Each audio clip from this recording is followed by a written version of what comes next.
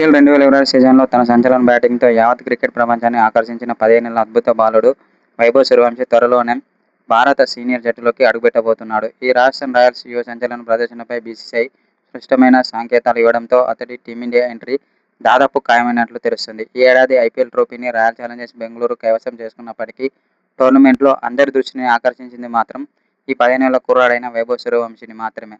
కేవలం 15 ఏళ్ల వయసులోనే ప్రపంచ స్థాయి బౌలర్లను ఎదుర్కొంటూ ఈ సీజన్లో ఆడిన 16 మ్యాచ్ల్లో ఏకంగా 776 పైగా పరుగులు సాధించి ఆరెంజ్ క్యాప్ను సొంతం చేసుకున్నాడు. ఒత్తిడితో కూడిన సమయాల్లోనూ ఎంతో పరిణతితో బ్యాటింగ్ చేస్తూ అందరినీ ఆశ్చర్యపరిచాడు ఈ 15 ఏళ్ల కుర్రాడు వైభవ్ సూర్యవంశీ. అయితే అనంతరం అతని యొక్క బ్యాటింగ్పై మరికొందరు మాజీ క్రికెటర్లు ప్రశంసల వర్షం కురిపిస్తున్నారు. వైభవ్ సూర్యవంశీ టీమిండియా సెలెక్షన్పై బీసీసీఐ కార్యదర్శి హిందుస్థాన్ టైమ్స్తో మాట్లాడుతూ ఆసక్తికర వ్యాఖ్యలు చేశాడు. వైభవ్ సూర్యవంశీ భారత క్రికెట్లో ఒక సరికొత్త అద్భుతం. రాబోయే రోజుల్లో అతను ప్రపంచ క్రికెట్ను శాసిస్తాడని అన్నాడు. మా సెలెక్టర్లందరూ ఐపీఎల్ మ్యాచ్లను మైదానంలో ఉండి చాలా నిశితంగా పరిశీలించారు. రాబోయే టీమిండియా ఇంగ్లాండ్ పర్యటనకు సంబంధించి జరగబోయే ఎంపిక కమిటీ సమావేశంలో వైభవ్ సూర్యవంశీ ప్రతిభకు తగ్గట్టుగా సెలెక్టర్లు ఖచ్చితంగా సరైన నిర్ణయం తీసుకుంటారనే నమ్మకం నాకుందని పేర్కొన్నాడు.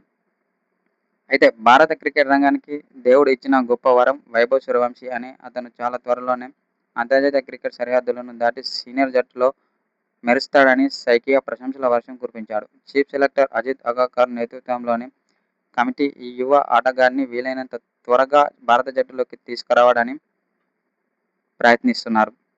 జూన్ 6 నుంచి భారత అంతర్జాతీయ క్రికెట్ మ్యాచ్లు తిరిగి ప్రారంభం కానున్నాయి.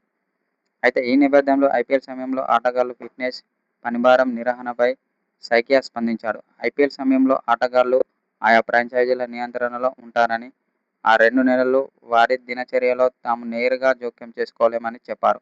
అయితే బోర్డు తరఫున సాంకేతిక బృందం ఆటగాళ్ల ఫిట్నెస్ను వెలుపలి నుంచి నిరంతరం పర్యవేక్షిస్తుందని స్పష్టత ఇచ్చాడు.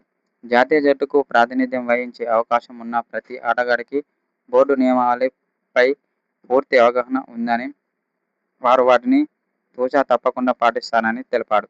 అయితే అనంతరం వైభవ్ సూర్యవంశీపై మరికొందరు మాజీ క్రికెటర్లు ప్రశంసల వర్షం కురిపించారు.